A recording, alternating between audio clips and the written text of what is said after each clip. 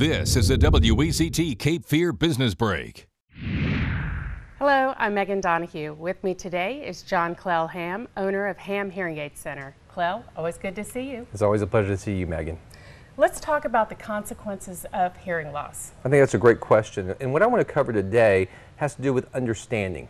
First of all, when people think of hearing loss, I think the real way we need to think about it is an understanding loss, because people who have a hearing loss can hear, right? But they don't always understand. And what they're missing are certain phonemes, and those are speech sounds like sh, p, f, t. And so what happens is the brain is being deprived of those phonemes. And over time, if the brain is deprived, it loses its ability to recognize those phonemes. We call that phonemic regression. Or some people like to say, if you don't use it, you lose it. But what's really compelling is the fact that if someone has a hearing loss and it goes untreated, they'll lose about 18% of their understanding every 5 years.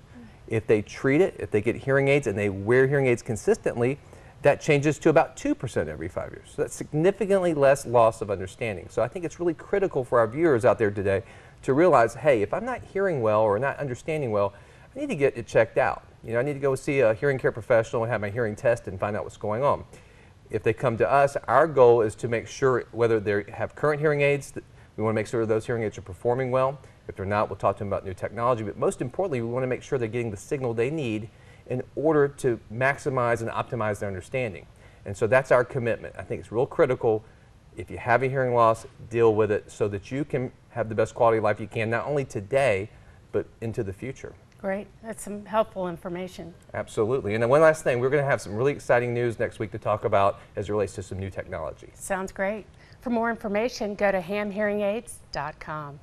For more details, go to Health First on WECT.com.